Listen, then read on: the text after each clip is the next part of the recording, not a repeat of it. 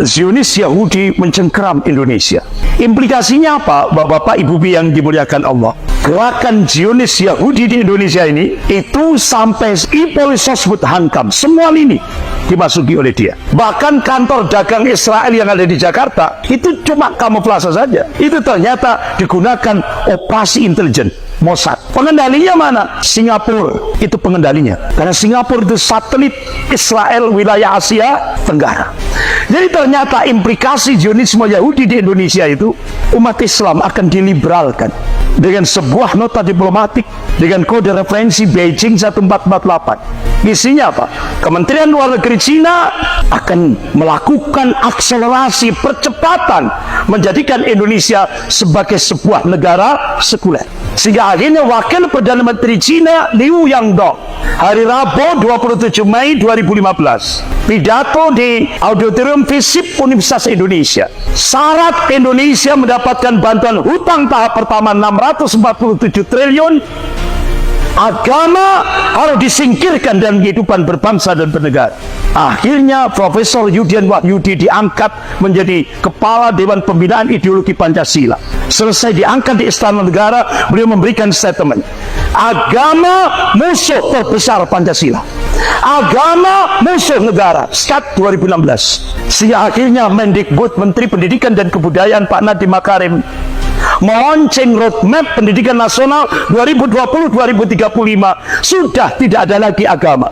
Akhirnya dua ormas besar, Muhammadiyah dan Majelis Ulama Indonesia Pusat, tanya kepada Mendikbud, apakah generasi Indonesia 15 tahun ke depan 2020 sampai 2035 dijadikan generasi ateis, komunis?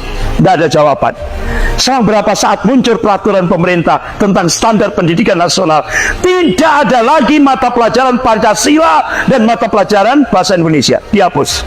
Bapak-bapak, Ibu-ibu yang dimuliakan Allah, ujung-ujungnya ideologi Pancasila akan diganti komunis, puncaknya ateis. Kita sekarang dikuasai oleh elit Cina, Partai Komunis Cina, Triad dan Taipan Hong Kong. Ini adalah bagian dari Illuminati, Zionisme Yahudi Internasional, duet maut Cina dan Yahudi. Karena Cina punya program One Belt One Road. Ini alat penjajahan baru Cina hampir pada 65 negara termasuk Indonesia. Bapak-bapak, Ibu yang dimuliakan Allah, inilah strategi Cina yang dilakukan untuk Indonesia, one country and two system. Satu negara tapi dua sistem.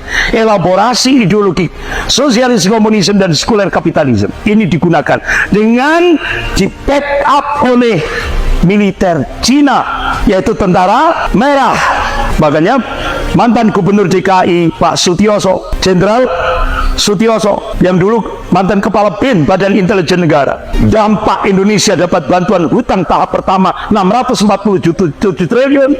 Wakil Perdana Menteri Cina Liu Yangdong pidato di Auditorium FISIP Universitas Indonesia hari Rabu 27 Mei 2015, 10 juta rakyat Cina daratan wajib masuk ke Indonesia.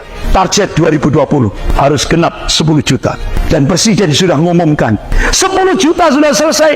Hanya pemerintah menyiapkan 19 bandara, udara dan laut untuk menyongsong tentara merah. Akhirnya utusan dari Mabes Angkatan Darat datang ke pesantren-pesantren, termasuk ke pesantrennya Ustaz Muhammad Zulkifli Ali, termasuk ke pesantren saya di Malang.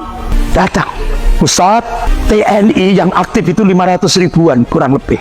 Sementara tentara merah sudah 10 juta. Kita TNI tidak akan mampu kalau tidak ditopang oleh umat Islam. Umat Islam wajib menyelamatkan NKRI. Makanya kenapa Jenderal Purnawirawan Gatot Nurmantio memberikan statement, benteng terakhir negara kesatuan Republik Indonesia ini adalah umat Islam.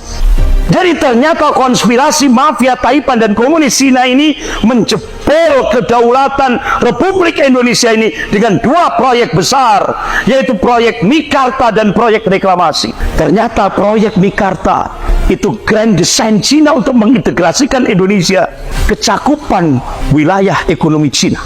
Jadi kalau kekhawatiran ini benar-benar terjadi, maka Cina dalam jangka panjang sistem pengelolaan infrastruktur pelabuhan laut, bandara akan dikendalikan pemerintah Cina. Dengan begitu berarti skema kerjasama ekonomi yang dibangun dengan pemerintah Indonesia sejatinya merupakan entry point, pintu masuk bagi penguasaan Cina terhadap sektor pertahanan dan kemiliteran Indonesia, yang pada perkembangan akan menggerus kedaulatan wilayah nasional Indonesia. Itulah inilah yang disebut dengan bencana geopolitik. Dan ini prediksi 2030 di Indonesia akan terjadi bencana geopolitik. Indonesia tidak punya lagi wilayah kedaulatan karena kedaulatan sudah dikuasai China.